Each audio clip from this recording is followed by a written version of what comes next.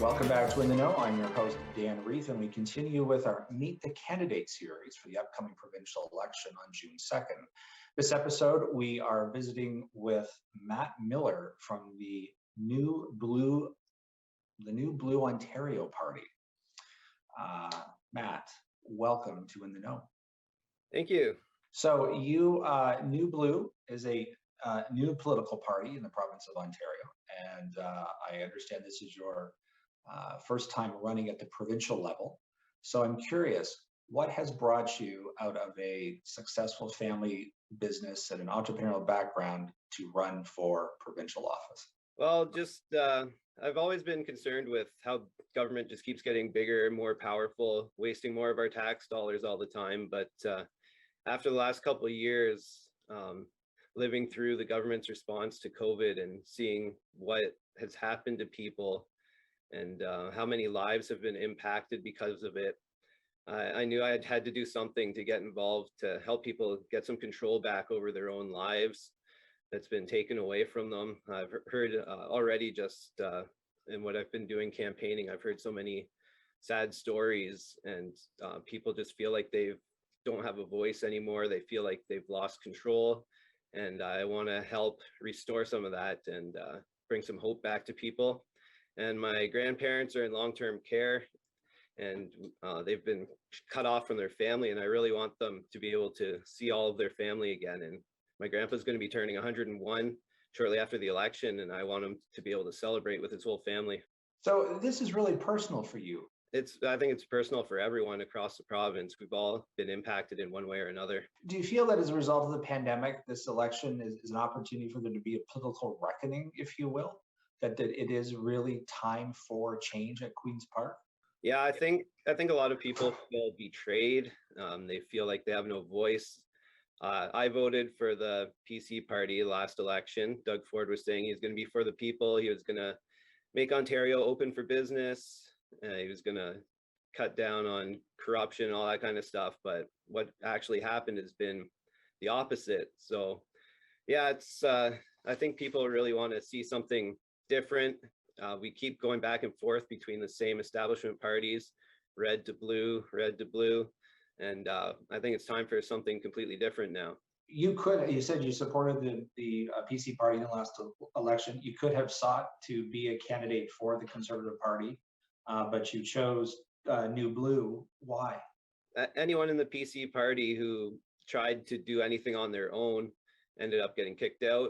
Belinda Carahalios of New Blue now, she got kicked out for voting against the first lockdown bill because she saw how much government overreach it allowed and how undemocratic it was, allowing them to enact policies without a vote and to just keep extending their emergency powers.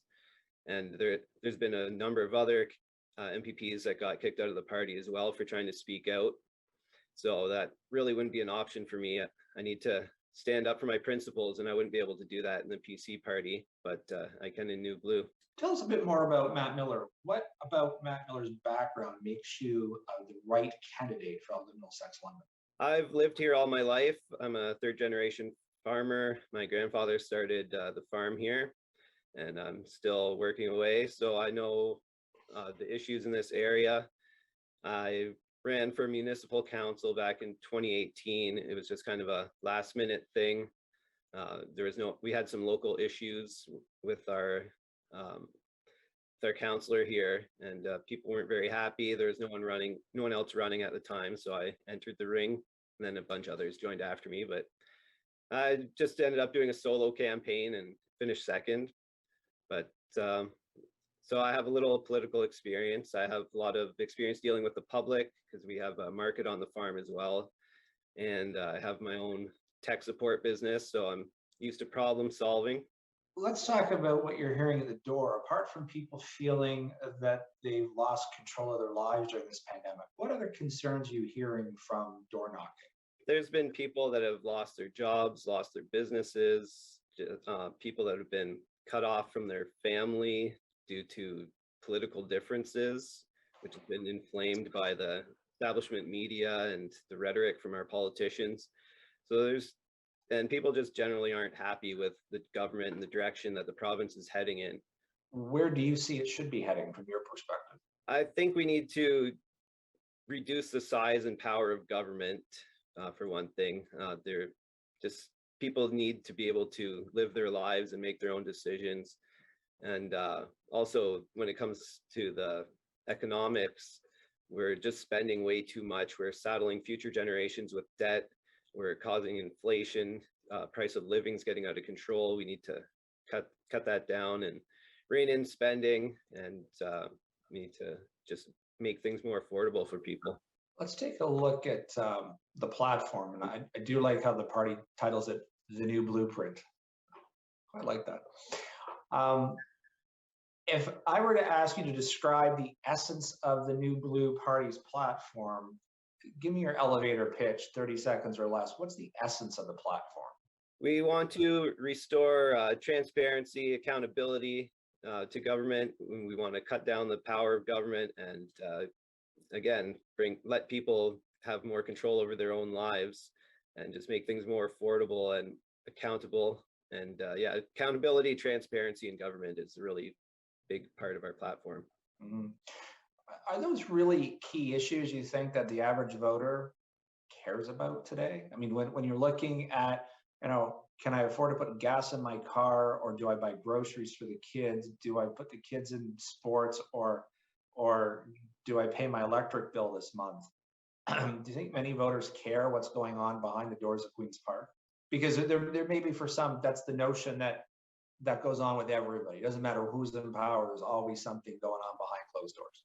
Well, wouldn't it be nice if we could open those doors so there are no closed doors and people actually know what's going on behind the scenes, so they know what's impacting their gas prices and why their kids can't go to play sports anymore. And we need to know what's happening behind the scenes, because our elected officials really don't have the freedom, well, with the establishment parties anyway, they don't have the freedom to represent their constituents anymore. They just have to do what the party leader tells them.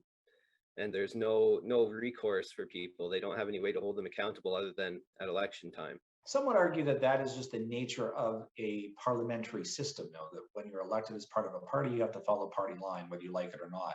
Are you suggesting then that New Blue Party is prepared to toss that convention or tradition out? We would encourage people to stand on their principles and vote their conscience. There won't be whipped votes, but as long as our candidates align with the main party principles, then within that framework, they can do what they think is best for the people that elected them. Okay. One of the items in the platform speaks to renew political accountability by scrapping $100 million taxpayer subsidy to political parties. I don't know how many Ontarians realize that taxpayer subsidy exists, but if you're elected and you scrap that, how would you then see political parties raising money? Because as I understand, that's part of why that subsidy exists, is to try to purify and keep big business and lobbyists out of candidates' business, so to speak. Well, then the rest of the parties would have to raise money the same way that we're doing it, from the people. It's a grassroots movement. If a political party doesn't have support from the people, why should taxpayers be subsidizing them? So they need to have platforms that people can get behind and reasons for people to donate to them. And if they don't, why should they be getting taxpayer dollars? Okay. Banning lobbyists. I'm sure there's a lot of people that aren't going to like that one. Well, the lobbyists won't.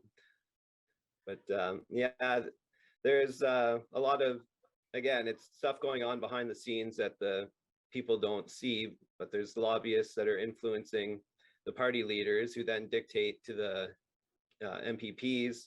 So it's not really a democratic system when stuff like that happens. Okay. Cracking down on voter fraud in internal party elections. Now, some would argue this may be more of a specific blue agenda item opposed to something for the public. How does the public benefit from cracking down on voter fraud within internal party elections? Well, in order for people to have a choice of who they vote for, the party is supposed to accept applications and then have a nomination race. So that's decided by the party members. But what's been happening, especially this election with the PCs, they're just handpicking candidates. There's no nomination race. The party, like the party members have no say in it. They just, oh, here's your candidate. So that's already taking away a big part of our democratic process when they don't get to have any input on who's going to be representing them at party. We want to defund the establishment media and promote a free press. Why is that important to New Blue, and why is that an issue for Ontarians? I think a lot of the division we've been seeing in society is caused by the establishment media. They all tend to be on one side and pushing a specific narrative. And it's good for them if they can whip people up into a frenzy of fear and hatred. It's good for them. They get more clicks, more views. And when our government is funding that, then they have even more incentive to just push a specific agenda rather than present an unbiased view of what's going on.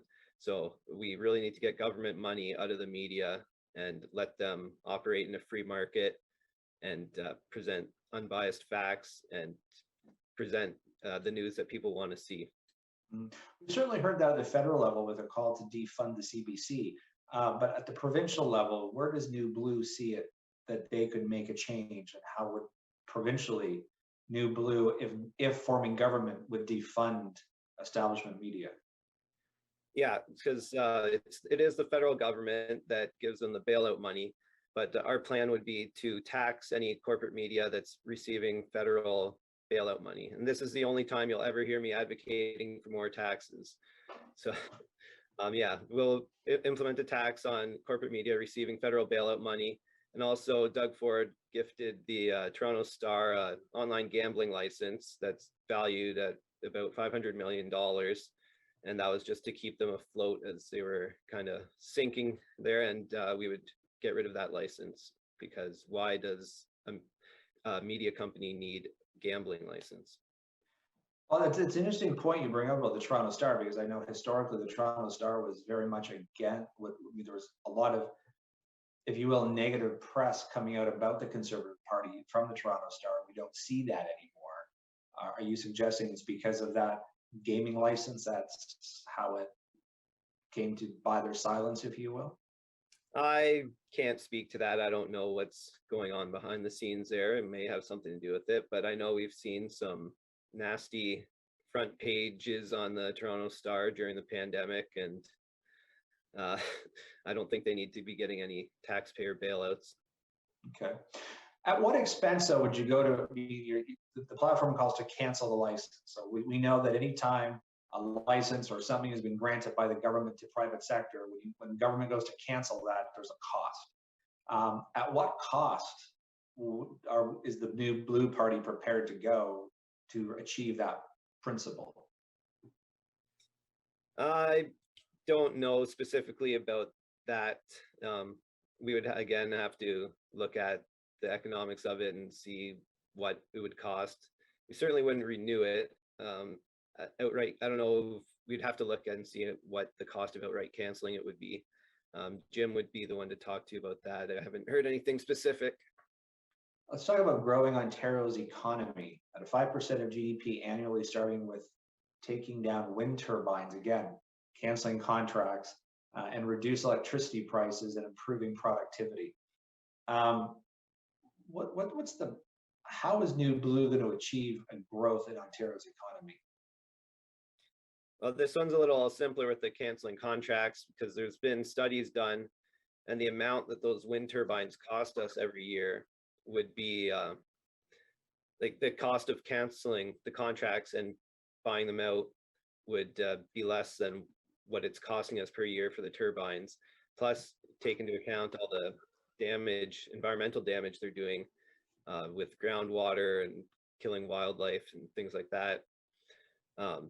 That's not really a hard choice. We need to get rid of those. They're just costing us too much money. They're not efficient. And I think when we scrap that, energy prices will come down, things will be more affordable, and that will help in all areas of our economy. Okay. I have to interrupt you there for a moment, Matt. I'm being told we have to go to a short commercial break. Stay tuned. We're visiting with Matt Millar, a New Blue Ontario Party candidate in the upcoming provincial election. We'll be right back.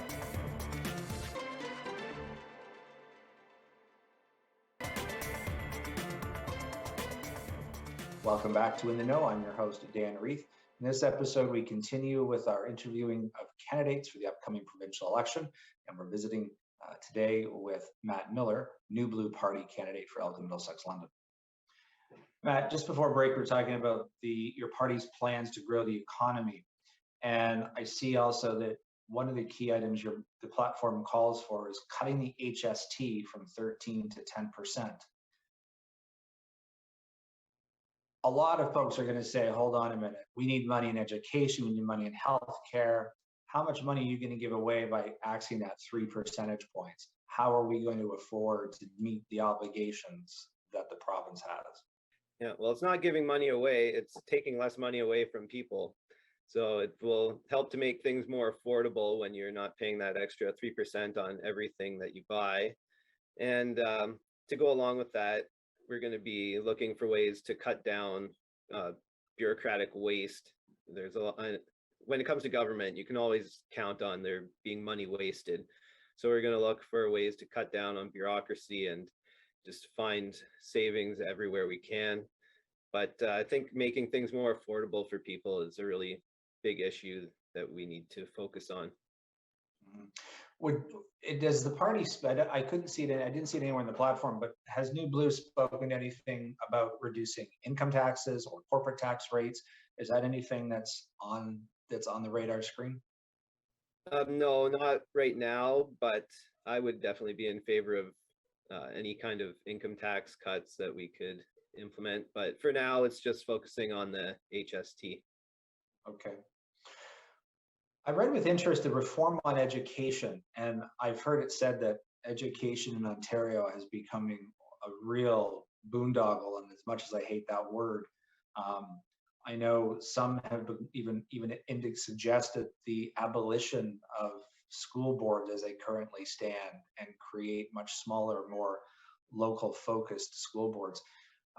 Certainly, in the brief of the New Blue Party, it's saying reform education by reducing administrative costs and introducing. So when we talk about reducing administrative costs, is that what the party's looking at? Abolition of school boards as they stand and creating something smaller, or one giant school board, or what? How would that happen? There hasn't been anything specific from the party about getting rid of school boards, but I was at a meeting put on by Marcus Ryan and Kelly Elliott, and they proposed a pilot project for this area to get rid of school boards and have the municipalities manage all the facilities for the schools. So basically, instead of having 2 sets of recreational equipment, like 2 gyms, 2 libraries, whatever, they could just split everything between the municipality and the schools and maintain those really well. So that would save money, and we wouldn't be paying for the school board, and we would have just them overseeing things when it comes to like the facilities and things like that. And there would be a board or a way for parents to give their input as well. So it's not like cutting out the school board removes any input from parents. So that's been accounted for as well. And I thought it was a really interesting idea.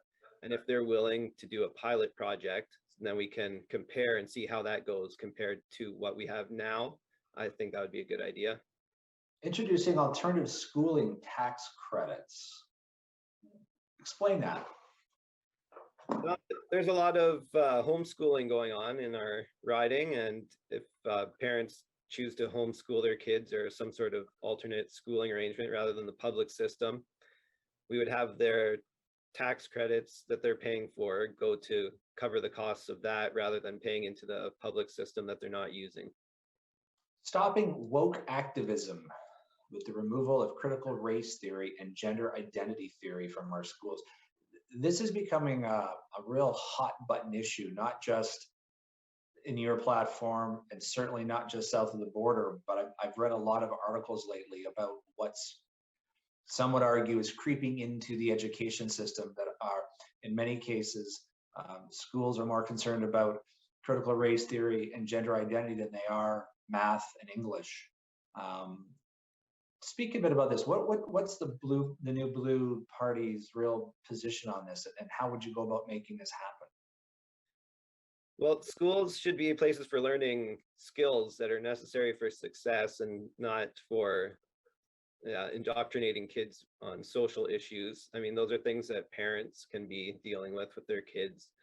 Um, Schools should be for math and science, arithmetic, like all the things that you need to succeed in life. And they shouldn't, especially young children, shouldn't be indoctrinated. And like as we can see with Bill 67, that Belinda Carahalios was the only MPP to vote against in the second reading. It wanted to do things like fine students for subconscious racism, and that's just ridiculous. We supported a petition by a concerned parent, Catherine Cronus, against Bill 67, and Belinda presented it in Queen's Park, and we ended up getting the PCs to flip and say they were going to vote against it. So we just want schools to be places of learning and not indoctrination. So when you say that, does that, I mean, I'm sure there's now people going to be watching this or read your platform and say, okay, by that measure now, that means the New Blue Party is racist, transphobic, homophobic, etc. What do you say to those folks? Absolutely not. There's already systems in place to deal with those issues. If someone's racist, like if there's a racist teacher, we fire them. There's no place for that. If anyone's doing anything of disparaging people, we have systems in place to deal with that. Like, we don't want to see anyone discriminated against. But again, school is especially for young children, shouldn't be dealing with things like that. They should be teaching them the skills that they need. Mm-hmm. Why is that important to Ontario? When people they can't buy groceries and can't pay electric bills, why as a voter should I care about that? Children are our future. We need to raise them properly, and we need to help them succeed in life. And if our future generations aren't able to function in society, then everything's just gonna fall apart. So children are so important. Last plank of the new blue of the blueprint is restore dignity and transparency in healthcare. There is we could have an entire show on healthcare reform. What's the essence or the crux of this plank of the platform? What's New Blue going to do to improve Ontario healthcare? Well, first things first, we want to rehire anyone that was fired due to their personal medical choices. Again, I've heard so many stories from people who've lost their jobs, lost their careers that they've been working on their whole lives, and it's just a tragedy. And then now we're saying there's staff shortages and all this, so we need to rehire all those people. That's number one. We need to get politics out of medicine. We need to let doctors be doctors and do what they do best. We don't need politicians telling doctors how they need to be treating people. They should be able to determine that on their own. We shouldn't be limiting their access to early treatments. They should be able to treat their patients in the manner they see as best. And yeah, we need to focus on clearing out the backlogs. Hospitals are so overloaded, and backlogs of procedures from when everything was shut down. We need to make sure that everyone can get in, get their procedures done, and get in to see their doctors too. That's another thing I've been hearing. People can't get appointments to see their doctors. It's either online or, oh, just go to Emerge. So we need to get people back into their doctors and get treated, get early treatment, and just stop things from decaying so badly and then trying to slap band-aids on everything once it's all rotten. Okay. With respect to the leader of the new Blue Party, Jim Carahalios, there's not much written about Jim. From your perspective, why was he the right choice to be Premier of Ontario? Jim is a fighter. He will not give up on his people. He will stand up for us. He's there. He says he's there to take all the bullets for us so that we can go and do our jobs. He's not afraid to point out corruption when he sees it. He'll point it out and bring attention to it. And he's he's just, yeah, he's a fighter. He's a fighter that we need to stand up for us. And he'll offer pushback against the federal government, which has been really overbearing on Ontario, whereas Doug Ford has just kind of gone along with it or even cheered it on. Jim would stand up to it and do what's best for Ontarians. We're down to our last minute. Actually, we're down to our last minute. So I want to give you the opportunity, Matt, to sell yourself to our viewers. Why is Matt Millar the right choice for the next MPP for Elgin-Middlesex-London? Well, if you don't like the direction that our government's been going in, if you're voting for the establishment parties, the PCs, Liberals, NDP, they're all just different flavors of the same thing we've been experiencing for years, and they're the reason why we're in this position now. So if you want to see something change, you're going to have to vote for something different. And with the New Blue Party, I'm able to represent the people and look out for the needs of Elgin-Middlesex-London. I've lived here all my life, and I'm going to stand on my principles regardless of party politics. And I'm just here to make a difference. I want to see things change, and I want to make things better for everyone in Elgin-Middlesex-London.